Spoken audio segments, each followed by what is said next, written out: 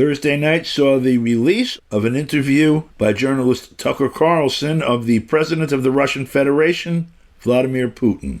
The Russian president spoke on a variety of issues in the much-anticipated conversation, much of which focused on the Ukrainian conflict and NATO expansionism. After 2 hours of conversation, Carlson closed with this question. I want to ask one more question, which is, and maybe you don't want to say so for strategic reasons, but are you worried that what's happening in Ukraine could lead to something much larger and much more horrible? And how motivated are you just to call the U.S. government and say, let's come to terms?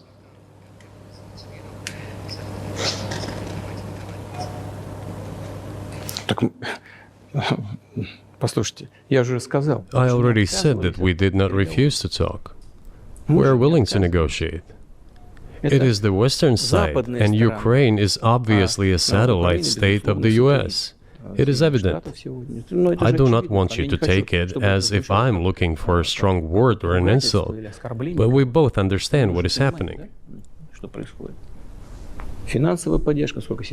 The financial support, $72 billion was provided. Germany ranks second, then other European countries come. Dozens of billions of US dollars are going to Ukraine. There's a huge influx of weapons. In this case, you should tell the current Ukrainian leadership to stop and come to negotiating table, rescind this absurd decree.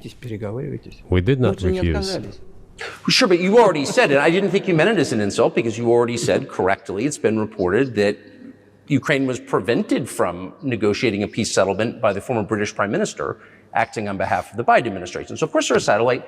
Big countries control small countries. That's not new. And that's why I asked about dealing directly with the Biden administration, which is making these decisions, not President Zelensky of Ukraine.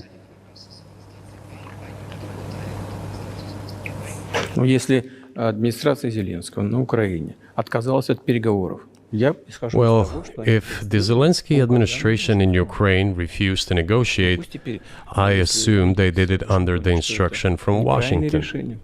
If Washington believes it to be the wrong decision, let it abandon it.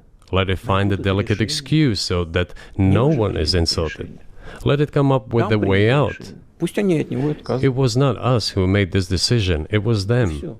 So let them go back on it. That is it. However, they made the wrong decision, and now we have to look for a way out of the situation to correct their mistakes. They did it, so let them correct it themselves.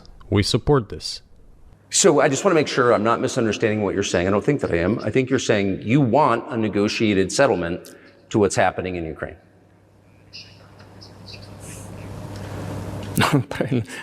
Right. And we made it. We prepared a huge document in Istanbul that was initialed by the head of the Ukrainian delegation. He affixed his signature to some of the provisions, not to all of it. He put his signature, and then he himself said, we were ready to sign it and the war would have been over long ago, 18 months ago. However, Prime Minister Johnson came, talked us out of it, and we missed that chance. Well, you missed it, you made a mistake, let them get back to that, that is all. Why do we have to bother ourselves and correct somebody else's mistakes? I know one can say it is our mistake. It was us who intensified the situation and decided to put an end to the war that started in 2014 in Donbass, as I have already said, by means of weapons. Let me get back to furthering history. I already told you this. We were just discussing it. Let us go back to 1991, when we were promised that NATO would not expand, to 2008, when the doors to NATO opened to the declaration of state sovereignty of Ukraine, declaring Ukraine a neutral state. Let us go back to the fact that NATO and US military bases started to appear on the territory of Ukraine, creating threats to us. Let us go back to coup d'etat in Ukraine in 2014. It is pointless though, isn't it? We may go back and forth endlessly, but they stopped negotiations. Is it a mistake? Yes. Correct it. We are ready. What else is needed? Do you think it's too humiliating at this point for NATO to accept Russian control of what was 2 years ago Ukrainian territory? Я же сказал. I said let them think how to do it with dignity. There are options if there is a will. Варианты есть.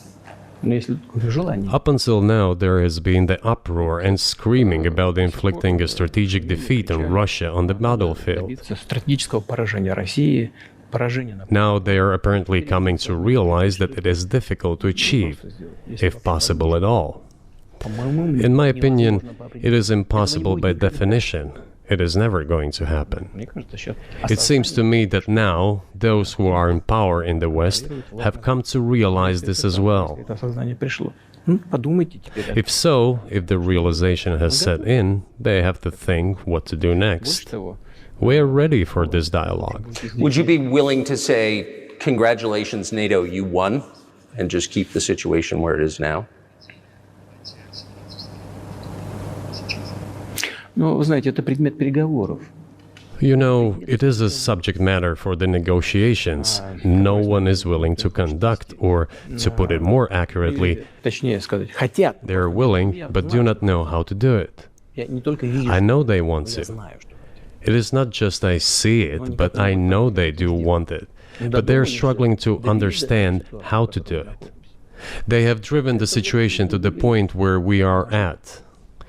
It is not us who have done that. It is our partners, opponents who have done that. Well, now let them think how to reverse the situation. We're not against it. It would be funny if it were not so sad. Да, было бы смешно, если бы не было так грустно. This endless mobilization in Ukraine, the hysteria, the domestic problems, sooner or later it will result in agreement. Истерика там, внутренние проблемы. You know, this probably sounds strange given the current situation. Все равно мы договоримся. И But the relations between the two peoples will be rebuilt anyway. в сегодняшней ситуации прозвучит. It will take a lot of time, but they will heal. Между народами восстановится. Потребуется много времени. I'll give you very unusual examples.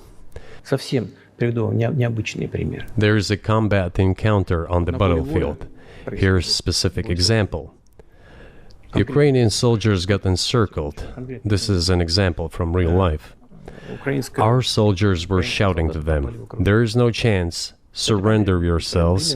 Come out and you will be alive." Наши солдаты им кричат. Suddenly, the Ukrainian soldiers were screaming from there in Russian, perfect Russian, saying, "Russians, do not surrender." And all of them И perished. не сдаются. They still identified themselves as Russian.